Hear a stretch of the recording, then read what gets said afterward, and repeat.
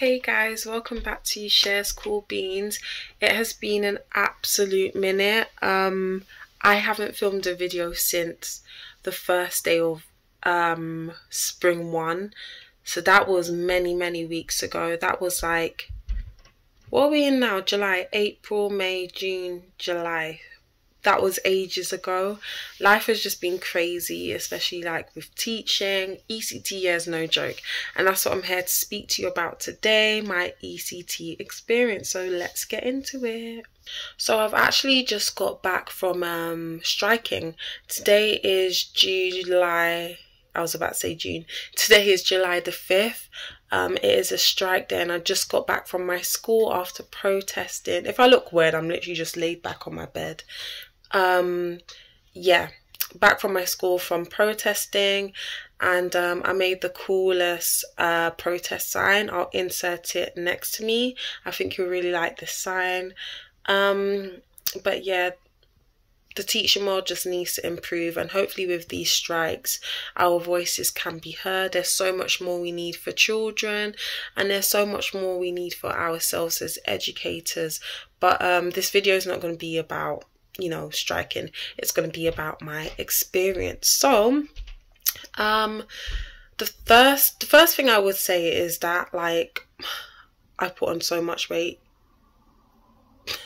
since starting my ECT year. Like, I've put on a solid 20 pounds. I've lost 10 within the last like 3-4 weeks, but yeah, I put on a solid 20, and for me that just goes to show like just how stressful the teaching world can be, because I don't really want to get into like my personal issues with my weight and stuff, but to put on 20 pounds in a year, like, that is just insane to me. And I feel like, well, throughout this video hopefully I'll be able to explain to you why. So because there was so much that went on this year, I'm just going to talk about the year in terms, like starting with autumn, spring, and then summer term. I'm bringing this video to you now because there's probably many ECTs who are like doing transition days, just getting started for the next academic year, and hopefully this video will be able to give you maybe a true insight into what teaching is like. Obviously everyone's experience is different for them, but this is just my experience, so take from it what you will. I'm basically holding my camera with my hand, so if the camera's a bit shaky, I apologize. So let's start with autumn 1. So autumn 1, obviously the very beginning of the year, I felt like I had been dragged through a bush. It is so hard starting at a new school, learning like just meeting new people, learning everything from scratch, especially when you're an introvert like myself. I am an introvert. I find small talk very embarrassing and a bit cringy, to be honest, and it was just so hard adapting to teaching in another school as well as socializing in another school. I don't feel like that gets spoken about enough. It's like two worlds. You have inside your classroom, that's one world, and outside of your classroom is the other world. And teaching was actually okay. There were things I needed to adjust to, such as teaching year 1, because I'd always been in year 3 and above beforehand. Like I did a bit of year 2, but predominantly key stage 2. But for me it was just the social aspect. I feel like the social aspect is really like leaning towards the corporate side nowadays. Like, obviously I can't say what teaching was like before, because I've only been in the education mode for about 5 years now, but it's just very corporate-y. Everyone's very, I don't want to say in your face, but everyone seems to have to know what you're doing at all times. And if you're like me and you get very easily overstimulated, it can be a lot. Like, I tried to be in a staff room at the beginning of the term, but there were times where, well, now from autumn to, let's say, to now, most times during lunchtime or break time, I just stay in my classroom just so I can have the lights off, I can process everything, because it is so much. It was very hard also, like just going through things in like my personal life, and then just having to turn up to school and teach like everything is okay when it's not. We have to always put on a face as if everything is amazing, everything is perfectly fine, and that can be so mentally exhausting. And I definitely experienced that in autumn term, which led me to like wanting to leave. I'm not gonna lie, when it got to autumn 2, around Christmas time, I was ready to say deuces. It was just so much. It wasn't what I imagined. And I would have to say, I did a PGCE/skit, and I just don't feel like it prepared me enough for inside the classroom. It prepares you for teaching a lesson. That's it. It doesn't prepare you for all the other aspects of teaching, and teaching really is 30% teaching and 70% so many other things. So it was really, really hard to adjust. But if I talk just about my class have been sensational this year. It has been really hard, like really challenging, trying to tailor learning to all types of students, because in my other school it was predominantly white middle class. There weren't many needs, there weren't many EAL learners, and that's something I had to kind of adjust to in this school. But it has been amazing just seeing myself in children, and children seeing themselves in me as like a teacher. I don't want to, teacher of colour. But yeah, autumn one was definitely the hardest, and especially with learning, just with year 1, how they have to do a carousel and there's some free flow. I'm really happy we steered away from that, because children are never too young to start learning, I guess, which sounds kind of dumb. They're always learning, but I mean sitting at a table and actually doing some writing.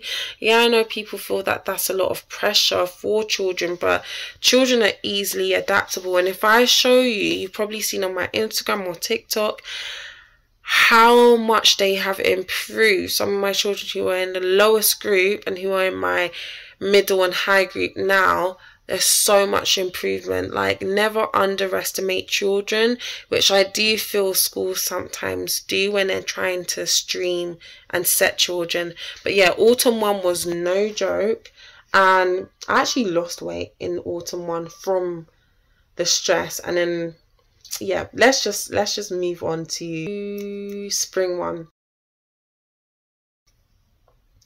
So spring 1. Spring 1 was a little bit easier. Obviously, you get into the flow of things, you know the routine by now, but during your ECT year, everything you experience is mostly brand new. So I was still learning on the spot. Especially, you know, when the weather's just cold and wet, Christmas is over, summer is kind of far away still. For me, it just felt like there was nothing to look forward to. So I was really struggling during spring term as well. Yeah, things were better in terms of the behavior management. I feel like I got that from the get-go. Behavior management, like I just set my boundaries and expectations from September, and the children have followed through all year. Like, whenever we go on trips, whenever other people come to my class, they just comment on how the behavior is so good, how the children are so polite, always ready to learn. So that's something I'm really, really proud of. But that spring term, I was just catching all types of tuberculosis, colds, etc. And I feel like it's so weird in education. Sorry, I'm just fiddling with stuff. Like, I can't keep my hands still ever. I feel like with the education world, sometimes it's so hard to call in sick. Like, as much as schools say they don't make a big deal of it, they do make a big deal of it, and sometimes it makes you feel bad for being ill. And that's definitely something that happened to me during that first spring term. Like, I felt so awful for calling in sick, but like, I needed it. I needed to take days off to just reset. And there's like, if I'm going to give you one tip, if you're not feeling 100%, then you're not going to be teaching 100%, and the children are definitely going to pick up on it. Like, you're no use to know anyone if you're not 100% yourself. So if you're sick, take the day off. At the end of the day, this is just a job. And that leads me on to talking about teacher workload, because I feel that's a massive thing lots of people worry about coming into teaching. So I'd have to say I'm very organized anyway, and during the first term, autumn term, I was taking home bits of work, but I wasn't really working past 4:30. I say 4:30 because I live really close to my school, so I'm home within 5 minutes. I'll do an extra half an hour of work, an hour at the most, and then I was done for the day. And when it got to spring term, I found myself not taking work at home at all. Yeah, there'd be the odd thing to do, but I was really good with my time management. I still am. Like, I leave when my TAs leave, and I'm barely doing work at home. That's kind of a lie right now, because I've been doing reports at home. There's certain points of the year when you do have to do stuff at home, but when we're not doing anything like reports and stuff, and there's not massive things like sports day coming up, things have been really easy in terms of the workload. And my school is really good in the sense that when the children are having, let's say, their Turkish lessons or golden time, I can just hop on a computer and get extra planning done. Also, this might be a bit controversial, but I like to work during my break so I don't have to stay after school. Like, we have to stay till 5 p.m. on Mondays, but other than that, usually I'm leaving with my TA. But yeah, I do like working in my break so I don't have to do anything after school. And it makes me sad that some people frown upon that. Like, I remember at my school, some people were like, oh, you never come into the staff room. Like, what's wrong? Are you shy? I know some people saw it as antisocial, but at the end of the day, we are at school to work. Like, we are teaching to work. So there's nothing wrong with just doing work during your break to leave on time. But then again, there are some people who need that hour at lunchtime, that 45 minutes, just to stop doing everything and have a break, and that's absolutely fine. Not everyone works the same way, and I feel like teaching, as well as many other corporate jobs, they're really catered to extroverts, and it's not great for us introverts, because we're often seen as anti-social when that's not the case. We just need time to like switch off and get things done on our own, especially if you've had a hectic day, children haven't been behaving at their best, like things have been happening at school. People need that time to switch off, and I don't feel like these professional worlds appreciate that enough. Let's move on to summer term. So I'm not gonna lie, summer term has been amazing. Like, we're in the full swing of things. I know everything I need to do. Yes, I'm still learning how to do things like just like reports, and we had this massive sports day event which was absolutely incredible, but now it's just wrapping things up and saying goodbye to the children, really.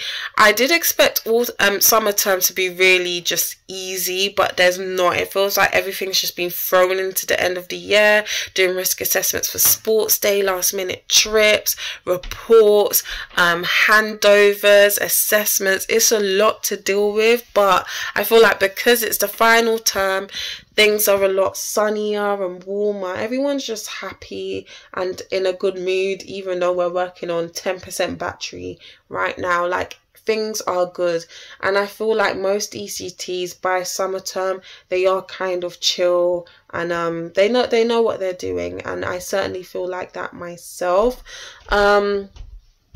But do you know what? The thing I wasn't expecting was to feel so emotional about letting my class go.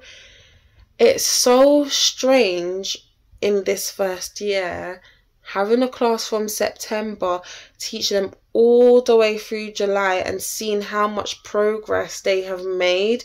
And that is mostly down to ourselves and our TAs. Like, it's so incredible to see all of that progress happen when you're marking those last assessments and you're writing that report. I was getting so emotional at writing my children's reports because the amount of progress they have made is absolutely insane, and it makes me feel really proud and really fulfilled to be like, yeah, like I did that, my team did that. It's absolutely wonderful. It's one of the best feelings in the world. Would I say it's worth it when I'm having those like rainy days, things are not going as planned? I would say yes. I'd actually say yes. I wasn't feeling that way before, but now that it's summertime, I can definitely see that. And you know those cringy like UCAS teaching adverts, you know, that every lesson shapes a life advert? It's true. Every lesson shapes a life. A child will remember something you may not necessarily remember. So when you're having a like crappiest day, like a child will definitely see some good from that day, even though you're not feeling it. Like, we had circle time the other day and we were just going around sharing our favourite memories, and half the stuff the children were saying had just passed my mind, and it was so lovely and heartwarming to hear that they'd remembered that. So yeah, summertime is a blast. There's so much fun. We have let's say, what's today? Wednesday, exactly 2 weeks left. And me and my children are counting down the days, and we've already had some tears. When I told them who their new teacher was going to be, their new teacher is incredible.